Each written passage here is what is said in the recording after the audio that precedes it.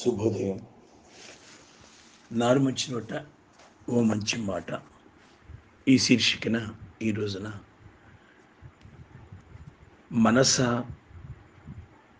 ఏడిపించకే నన్నిలా, మనస ఏడిపించకే నన్నిలా.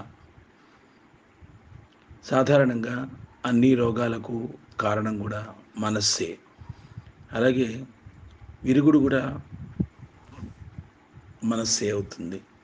మన జపాన్ శాస్త్రవేత్తలు చేసినటువంటి వివిధ ప్రయోగాలలో ఆశ్చర్యకర విషయాలు ఇటీవల కాలంలో వెలుగు చూశాయి.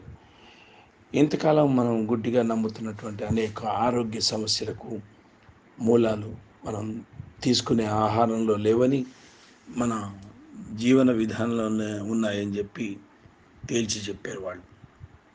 మనసును హాయిగా ఉంచుకున్న వారికి ఏ రోగాలు రావని వారు తేల్చి చెప్తున్నారు. కానీ నిజం చెప్పాలంటే మనసు ఎక్కడుందంటే ఎవరికైనా మనసు లేదు, హృదయం లేదు, ఏమీ లేదు. అంతా కూడా కలుషితం అయిపోయింది. అలాగే మరి అమెరికాలో జరిగినటువంటి ఇంకో సర్వేలో కూడా మనసు బాగున్నవారు ఎక్కువ కాలం జీవిస్తున్నారని చెప్పి తేల్చారు.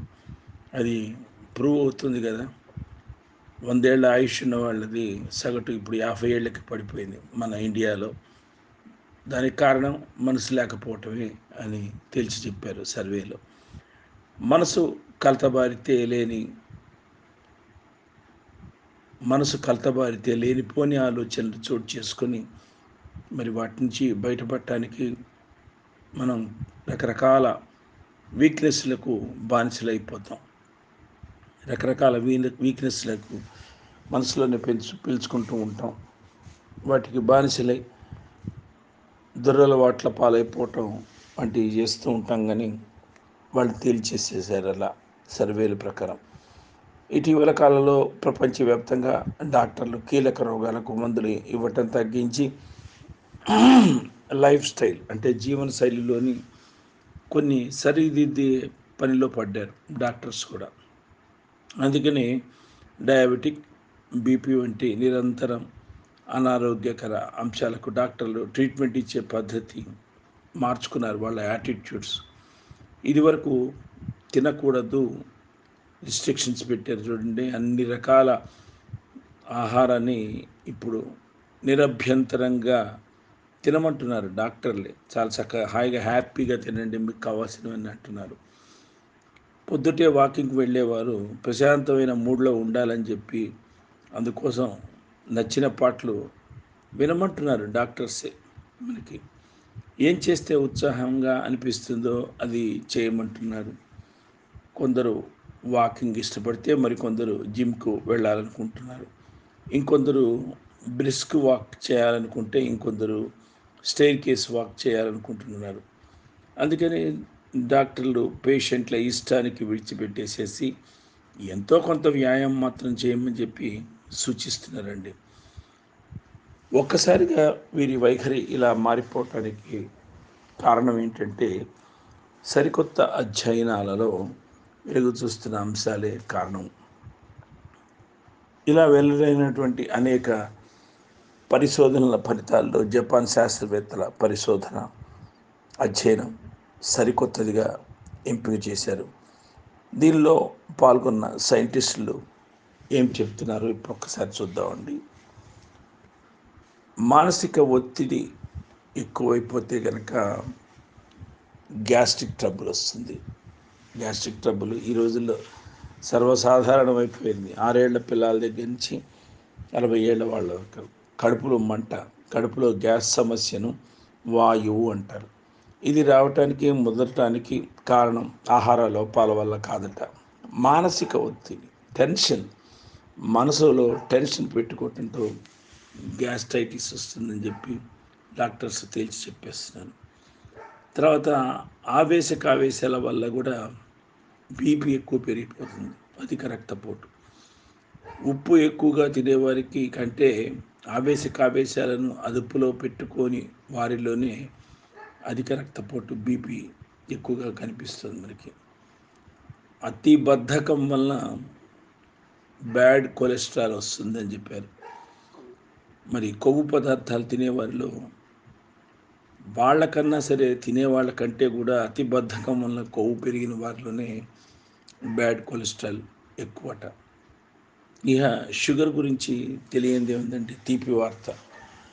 మధుమేహం సమస్య మరి తీపి పదార్థాలు అధికంగా తినేవారిలో కంటే అధిక స్వార్థం, మొండితనం ఉన్నవారిలోనే ఎక్కువట.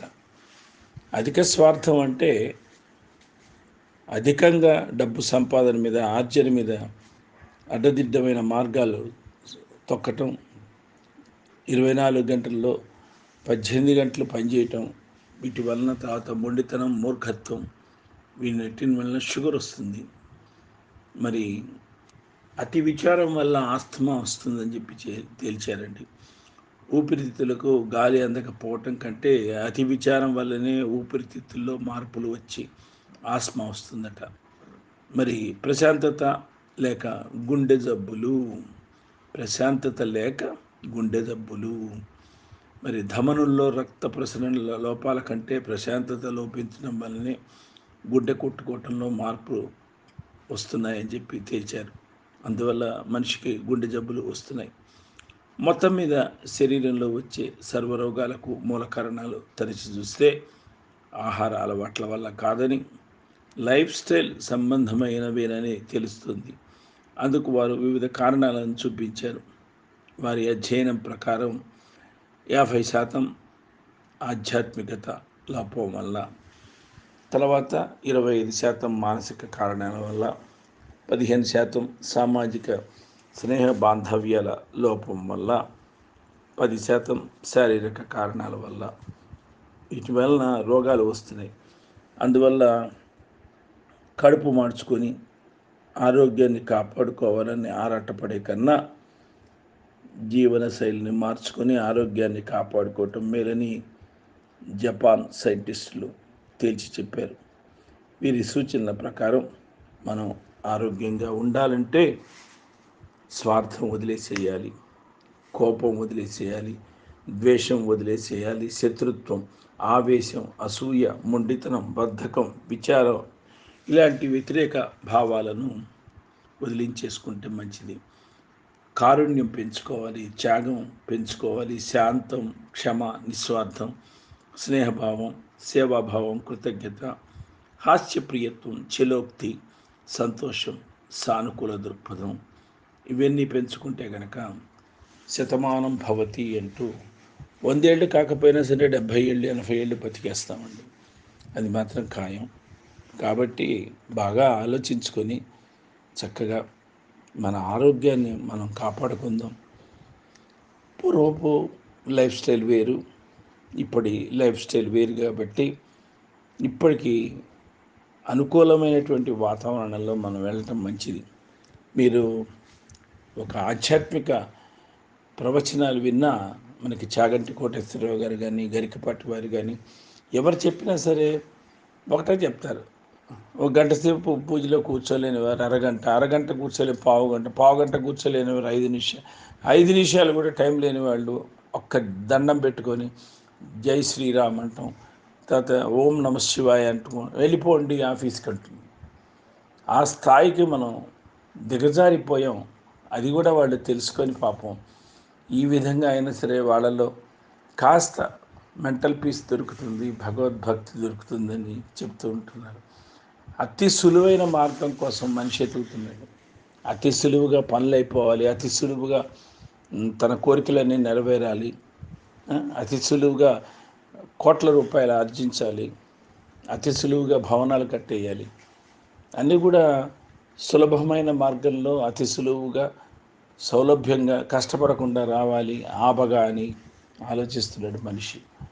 ఇంకా ఈ పైత్య ప్రకోపం ఎంత తీవ్ర స్థాయిలోకి వెళ్తుందో చెప్పలేం. కానీ ఇప్పుడు ఉన్నటువంటి పరిస్థితుల్లో మనం అనుకున్నటువంటి పైన చెప్పినటువంటి ఇప్పటిదాకా చెప్పుకున్నటువంటి ఆరోగ్య సూత్రాలు మన చేతిలోనే ఉన్నాయి. ప్రశాంతంగా వాకింగ్కి వెళ్ళటం, ప్రశాంతంగా నవ్వుతూ కూర్చోటం, ప్రశాంతంగా అంతా ప్రశాంతతే.